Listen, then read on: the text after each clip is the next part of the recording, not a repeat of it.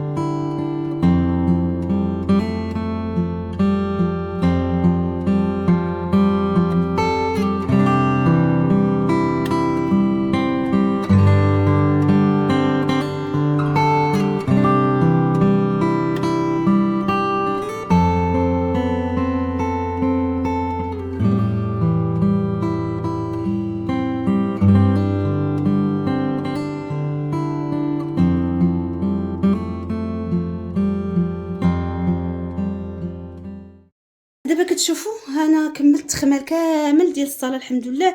كلشي البنات تحيدات الرتيله، تحيد كلشي تمسح، دوك الطابلوات الجاج كلشي تنقى الحمد لله.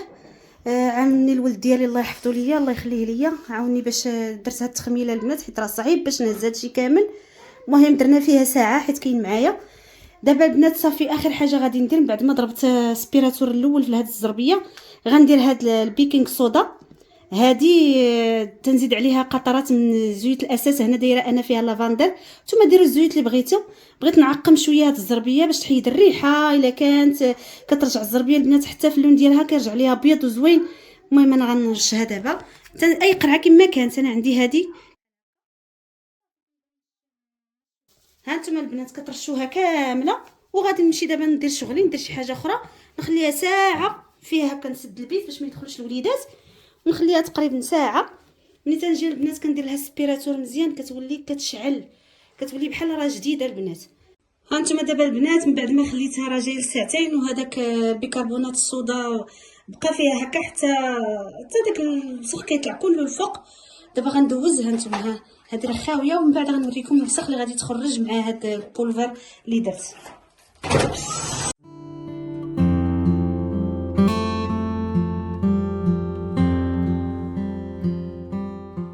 فماشي نبداو نطبقوا ديك المقوله الشهيره ديال من النهار الاول تيموت المش مع الراجل في البيت غير في الفلوس، في خرجني، في الديني، في شريلي، في هاد الامور. راه من النهار الاول اللي هو حقيقي حقيقي خصكي من النهار الاول تيموت فيه المش، هو هذاك القضيه ديال انه يعاونك، ياخذ معاك المسؤوليه، يقوم بعض الادوار اللي هي الصراحه ادوار ديال الرجال. راه حمل الاثقال البنات وبعض الاشغال الشاقه راه هي دور للرجال. فالراجل مثلا ما يقدرش يدير لك الديكور وينظف لك بشي اشياء يعني بديك الطريقه ديالنا حنا اللي كنديروا حنا العيالات، ولكن يقدر يحمل الاثقال، يقدر يحول موبل، يقدر مثلا يقابل جرده، يقدر يدير هاد الامور. ولا ولفتيه انت من الاول من بدي بانه كيدير هاد الشيء لانك انت كتبقاي في الانثويه ديالك. انا هالحد ديالي، فهو بطبيعه الحال كيولي يدير هاد الامور وهو عنده عادي. فبالتالي كتعاونوا على الحياه وانت كتبقاي شاده صحتك وحتى هو كيكون في كامل الصحه ديالو، وهذا شي حاجه اللي هي مزيانه. وهذا الشيء البنات راه ماشي كينقص من الرجوله ديال الراجل كيف ما قلت لكم، بالعكس راه عاد ما كيزيد يخلي الراجل يعني في كامل الرجوله ديالو. اما الا كان البنات العكس فكيولي بهكا الراجل او الزوج كيولف انه هو ما كيقوم بحتى حاجه وبحتى دور. فبالتالي كتولي انت بشويه بشويه كتبقاي تقنسي داك الدور ديالو اللي هو مفروض يديرو، فانت كتبداي ديريه وتعاودي ديري اشياء وتطبقي على اشياء اخرى واشياء اخرى، حتى كتولي كتلقاي راسك انت كديري كلشي. وهذا الزوج اش كيدير؟ غير تيخدم مثلا يجيب القوت ويجي. فتتولي واحد الحياه ما متوازناش البنات. كتلقاو حنا عيالات ارتجاليات، هي دير، هي اللي تفعل، هي اللي تمشي، هي اللي تقدا، هي اللي تجيب، هي اللي تدي، هي اللي تحط، وكيولي هو يعني غير هذاك الانسان اللي هو متكي عليك ومتقل عليك. بطبيعه الحال من بعد المده والسنين ما كيوليش ولادك اللي محنينك ولا الوقت، ولا تيولي الزوج هو اللي محنك، لانه هو ما بقاش السند ديالك ولا ما بقاش هو داك الانسان اللي كيتعاون معاك على الحياه. فهنا فين كتولي البنات المراه كتجيها الاكتئاب، كتجيها الامراض، كتولي البرود العاطفي، كيوليو بزاف د الحوايج البنات. وكاين كتير كتير ما يتقال في هاد الامور، ولا كنتم مهتمين ان شاء الله فنقدروا نبداو نهضروا في هاد الامور، علاش لا، من باب الاستفاده. والله يكون في عون كل ام وكل زوجه عندها مسؤوليه الله يقدرها انها تقوم بداك الشيء اللي خلقها ليها الله سبحانه وتعالى. وكما كتشوفوا البنات راه كاينه الروينه. دابا غادي نحيد حتى هذا الشيء وغادي نخملو مزيان، هذا الشيء كله غيطلع يتصبن. المهم هذا الشيء اللي عطا الله، هانتوما راه حولت الطوابل هناك، المهم شي محطوط على شي، ما تديوش على الروينه. هذا الشيء اللي كاين دابا غنخمن ان شاء الله وتغسل كل شيء وراه غترجع كل حاجه لبلاصتها ان شاء الله. وهنا كيف ما كتشوفوا انا كنحيد البنات هاد الطليمطات غنصبنهم. وبطبيعه الحال الزوج ديالي مع ولدي حولوا لي هاد الكنابي. هاد الكنابي البنات راه فيه 3 متر ونص على 2 متر ونص، فثقيل ثقيل بزاف، امبوسيبل نكحزو ولا نزعزعو بوحدي. فكيف ما كتشوفوا هما كيحولوا ليا وكنخمل ونجف ونقي وعاوتاني يردوا ليا هكا وكنبقاو هكا معاونين. غادي ندير البنات حتى هاد زيت الاساس، هادي سميتها غلامور، تعطي واحد الريحه زوينه حتى هي. غادي نديرها هنا في الارض ونعاود نسيق مزيان باش تبقى ليا ديك الريحه، وفي نفس الوقت هاد الريحه البنات كتطرد هذاك الشيء ديال الرتيله، حيت حنا هنا كنعانيو من الرتيله.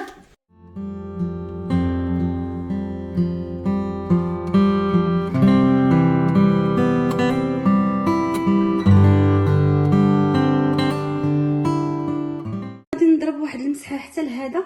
دائما كالعاده غادي نضربو بهذا البودي ميلك، كاين حتى جونسون، كاين انواع كثيره. انا كنستعمل هذا ديال سيان، لقيت عليه ان مزيان تيوافق لي بزاف هذا الجلد ديالي. هذا الجلد حقيقي ضروري نمسحو البنات، هذا هو باش كنقيه. ما كندير حتى حاجه اخرى من غير هذا الكريم. طريقه سهله كيرجع نقيه البنات، وماشي غير نقي، كيولي كيبري. هانتوما نوريكم، ها شفتوا الوسخ كي كيطلق؟ هذا عال الوسخ دابا، لان الدراري ما كيبانش بالعين، لان عندنا هذا اللون راكم عارفين اللي عند الوليدات. شوفوا الفرق دابا بين هذا البريو وهنا.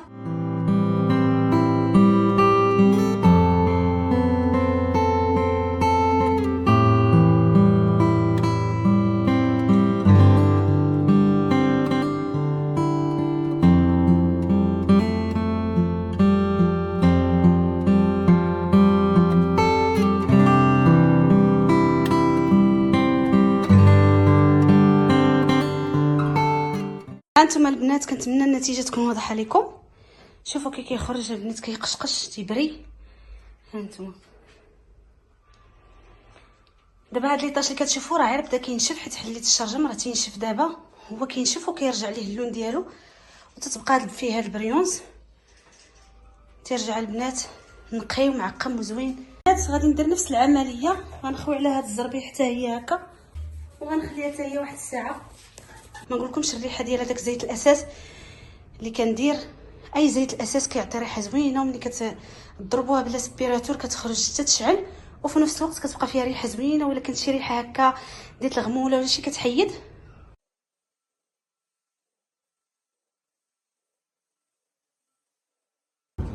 هانتوما البنات الزربيه من قوه ما تنقات وبيض البيض ولاو كيبانوا الخطوط ديالها مزيان. شوفوا دابا كي خرجت الزربيه بدات كلها كتبان بحال يلاه شريتها. كون مخاد البنات خويتهم، غادي نصبن كلشي المخاد ديال هاد الكنابي اللي كانوا هنا حتى هما يتصبنوا مع هادوك الطليمطات اللي كنت غطيه بهم هنا. المهم ما تديوش على صداع، راه كيكون مره شويه الغوات شويه صداع، لان الوليدات كاينين في الدار.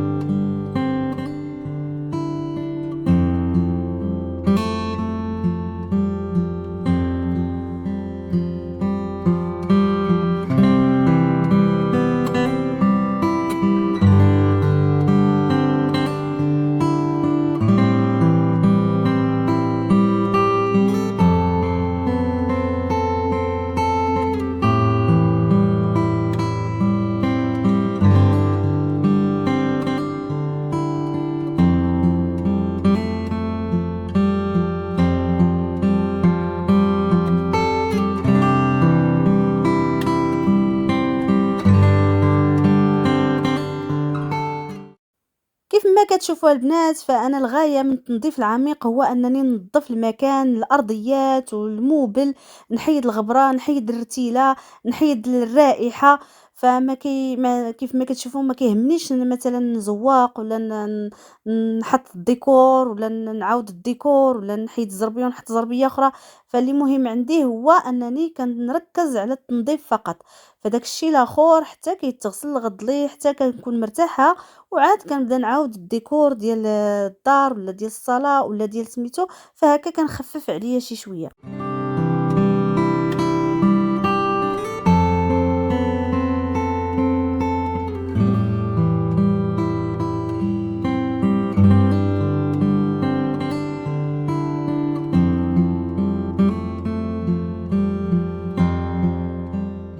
شحال من حاجه غسلتها برا، حتى هاد الشجر تخرج لبرا تسقى وتغسل تنقى. راجلي مسكين هو اللي نقى هاد الشجر هذا. كيبغي مره خصك تنقيه. شوف كي ولا دابا نقي، تتهزو غير خريقه هكا كتغسلوها بالماء مزيان، تتعصروها كتدوزو عليه ديك الخمله كامله وكيتنقى. كيولي هاد الشجر يتنفس تبارك الله. راه كبرات ولات عاليه البنات، الله ما توصل السقا. المهم على اي حال راه تنقات هاد الشجيره كنحطهم هنا لان هاد النوع د الشجره البنات كيبغي الضوء وما سخيتش بهم. واخا شحال من واحد كيقول لي حيدي من هنا هكا، ولكن البنات راه ما سخيتش بهاد النباتات كبروا حتى لهكا وغادي نحيدهم من هنا غيموتوا. داكشي علاش كنخليهم هكا. الدنيا راه تنقات حتى هنا نقينا كلشي تخمل.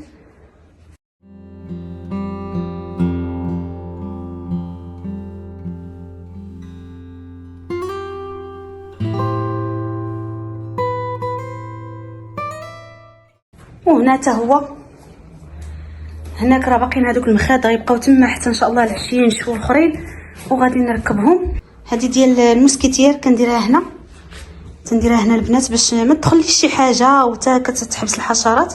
غنردها دابا نركبها. وهنا نقينا حتى هنا كلشي تنقى، نتوما كلشي ولا كيبري الحمد لله. دار تجمعات والصلاه حتى هي تجمعات. هذا شويه القران باقي حله واللي كتسمعوا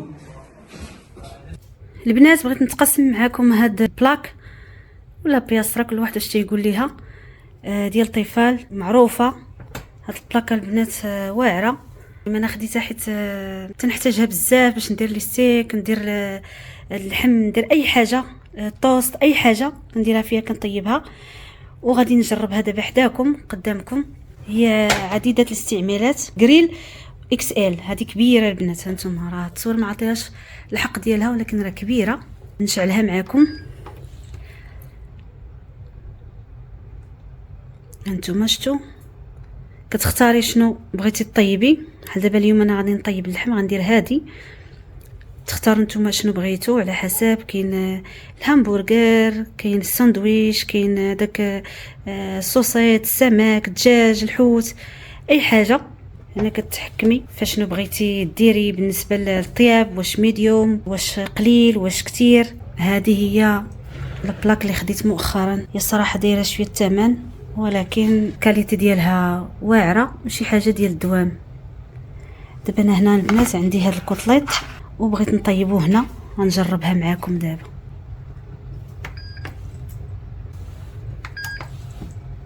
ملي غادي تحطي فوق منها داك اللحم ديالك، هي غادي تعطيك كيفاش غطيبو على حسب الكبر ديالو.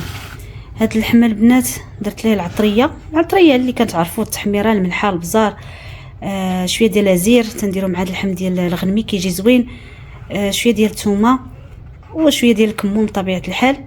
وخليتي يترقد فيها مع شويه الماء، وخليتي يترقد فيها. وعاد دابا غنزيد ليه الزيت، غنخلط الزيت معاه ونحطو ديريكت باش يتشوى هنا. هانتوما البنات انا ستفت اللحم ديالي، هي راه سخنات، تتسخن فيه ساعه. شفتوا اللحم بدا تيطلق ديجا الماء ديالو. وهنا كنريق بدا تيمبيراتور. شفتوا هاد الالوان هادو كيعطيك اش من لون. هاد الميديوم دابا هو اللي درت، كتسخن بواحد السرعه. وغادي نقول لكم كيفاش جا اللحم فيها. من هنا البنات مريحه كثر ان فيها هاد اللعيبه هادي زوينه. كيقطر الماء كله هنا وكيبقى كتغسل. هادي كتدخل حتى في لا ماشين ديال الافي ديال الماعن.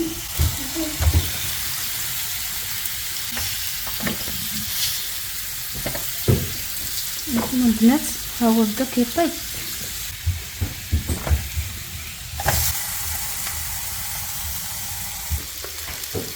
هانتوما كتشوفوا راه تيتحمر. دابا راه زدت هاد الجهه، يلاه زدت هذاك الشيء اللي بقى. راكم عارفين الغنمي ملي كيبدا يطيب كيبدا يصغر الحجم ديالو، فحتى طاب شويه داك الاول عاد زدت عليه. هاد الجهه اللي حطيت الاول راه صافي قربت طيب. هانتوما البنات ها هو طاب دابا. درت شويه الرز للوليدات ببصيله وهذا. هاد الرز البنات لذيذ كيف ما درتو ليه كيجي زوين. وغادي نحط لهم هاد اللحم حداه ديريكت في الطبسيل. كل واحد غنحط ليه الطرف ديالو.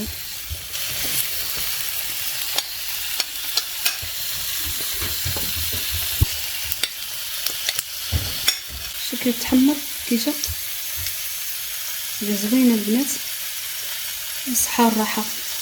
وصافي وصلنا لنهاية هذا الفيديو البنات. كنتمنى انه يكون كان خفيف ظريف على قلوبكم ويكون كان نال الاعجاب ديالكم. ما تنساوش تكثروا من لي لايك باش تدعموا القناة، والاخوات اللي شافوا لاول مرة هذا الفيديو كنشجعهم انهم يشتركوا في القناة ويفعلوا الجرس باش يوصلهم كل جديد. تنضرب لكم موعد فيديو جديد قادم ان شاء الله، والسلام عليكم ورحمة الله تعالى وبركاته.